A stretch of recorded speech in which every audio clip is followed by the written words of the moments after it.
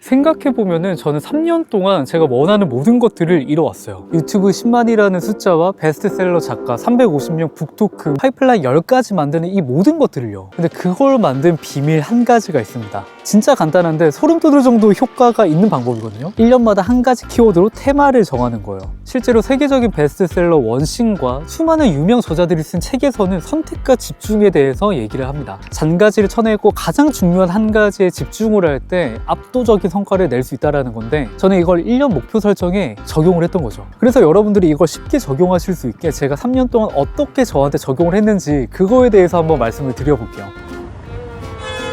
여러분, 제 눈앞에는 지금 이런 바다가 펼쳐져 있습니다. 보이시나요? 구독자분이 소렌토 가면 꼭 가라고 추천해 주시는 레스토랑이 있거든요. 거기를 좀 기대하고 가고 있어요. 뭔가 이 길 끝에는 절벽이랑 막 이런 게 있을 느낌. 아니 여러분, 길이 진짜 미쳤는데요? 탐험하는 느낌이다. 이 길의 끝엔 바다가 있다. 와, 레스토랑 찾다가 숨겨진 뷰스팟을 발견했어요.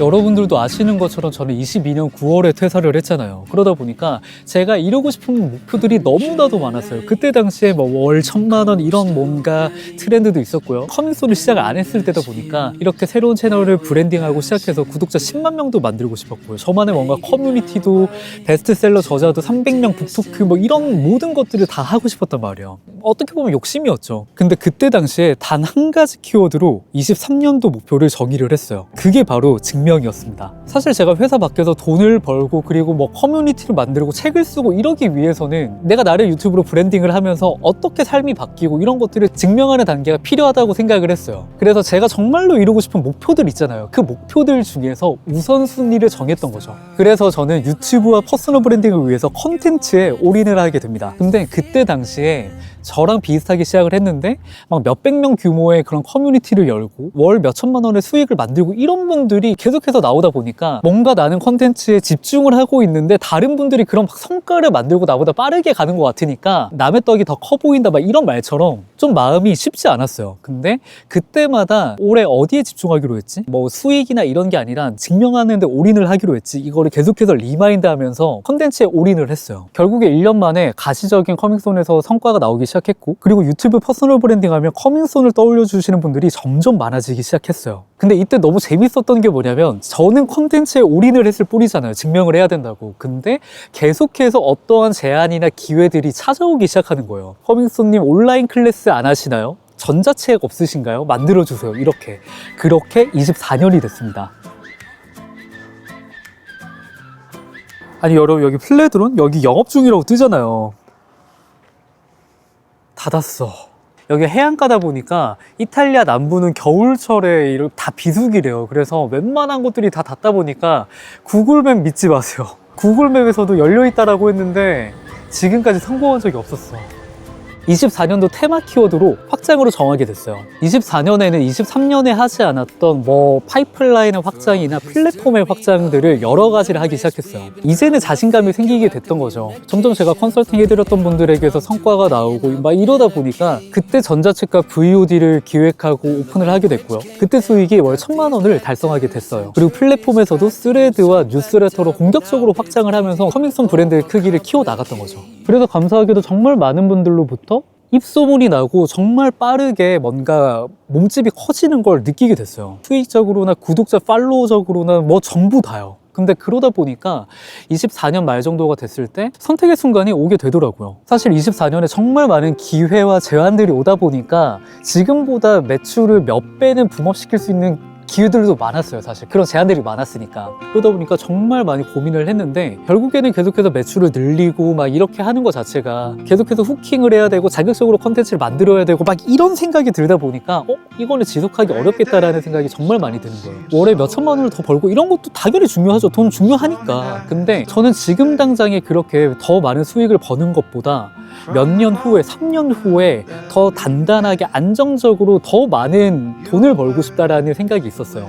그러니까 지금 당장은 커밍손의 브랜드 가치를 높이는데, 밀도를 높이는 데 집중을 해야 된다. 저는 어떤 중요한 선택을 할 때마다의 팁이 있는데 3년 후에 나한테 지금의 이 선택이 자산이 될지 부채가 될지를 한번 멀리 떨어져서 생각을 해보는 거예요. 그런 시점에서 바라보니까 오히려 좀 명료해지더라고요. 올해는 속도보다 확장보다 밀도에 집중을 해야 된다라는 거였어요. 그래서 25년도의 키워드를 밀도로 정하게 됩니다.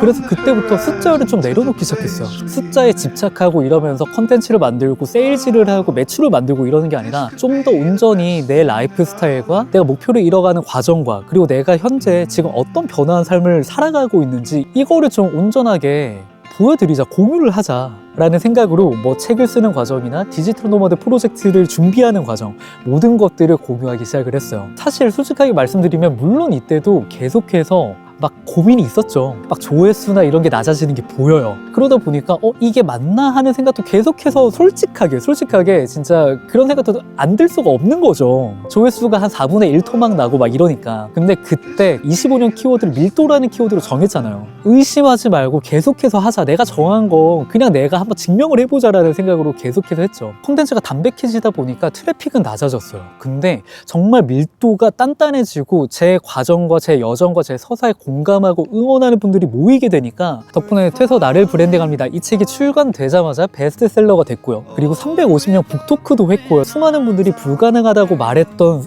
정말 많은 것들이 이루어지더라고요.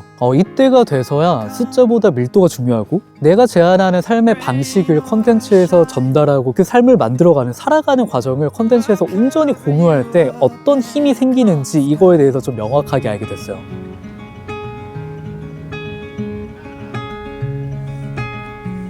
그래서 가장 중요한 26년 키워드를 뭐로 정했냐면 이번에는 배우로 정했어요. 저는 1년 동안 해외에서 디지털 노마드로 살아갈 예정이에요. 그렇게 1년 후에는 한국으로 돌아가서 디지털 노마드가 되고 싶은, 그렇게 살기를 원하는 분들을 위해서 커뮤니티를 만들고 상품과 서비스를 만들고 싶다라는 꿈이 있거든요. 근데 사실 디지털 노마드로 살기 위해서는 정말 많은 것들이 필요하더라고요. 시차가 바뀌다 보니까 루틴도 무너지고요. 배워야 하고 개선해야 될 것들이 너무나도 많더라고요. 그래서 앞으로 수많은 것들을 배워나가 보려고요. 디지털 노마드로 살기 위해서 어떤 시스템을 만들어야 되는지, 이런 시행착오를 줄이기 위해서 뭘 해야 되는지, 이런 다양한 것들 있잖아요. 그런 것들을 다 배워보는 한 해로 살아보려 합니다.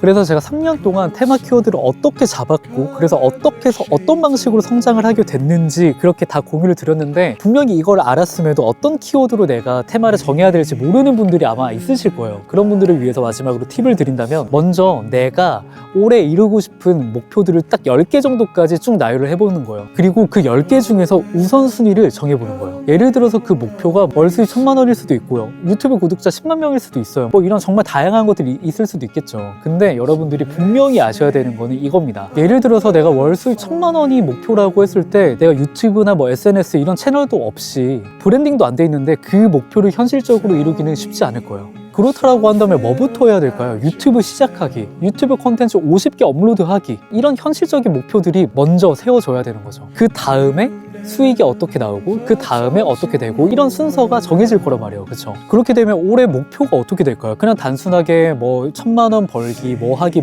이런 게 아니라 가장 중요한 우선순위들이 정해졌잖아요. 그러면은 누군가는 SNS 브랜딩이 될 수 있을 거고요. 누군가는 나를 브랜딩하기 위해서 실력을 키우는 증명이 될 수도 있겠죠. 내 올해 키워드가 브랜딩이라고 했을 때 당연히 뭔가를 해나가다 보면은 다른 것들이 눈에 들어오게 되거든요. 저 역시도 그랬고.